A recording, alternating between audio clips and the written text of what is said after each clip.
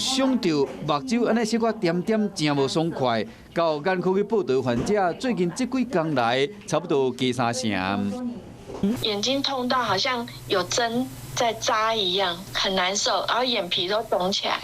因为最近这几天来，温度较低，空气佫无清气，或者目睭仁呢较会打闪，会擦擦，也是惊光线。若较严重咧，眼角膜有可能会去伤到。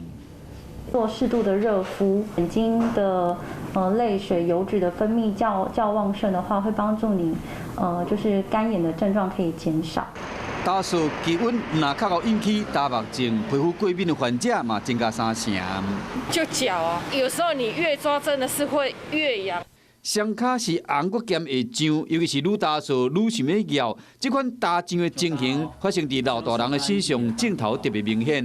因为老人家皮肤比较干，尤其是四肢，尤其是下肢，有对称性的痒感，尤其是在你的下肢，这个初期你就应该乳液开始要多擦了。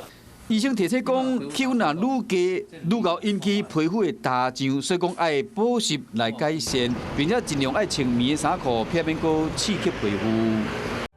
我是吴一璇，想要收看最新第一手的讯息，赶快加入华视新闻 YouTube 频道，按赞，开启小铃铛，最专业的主播群说新闻给你听。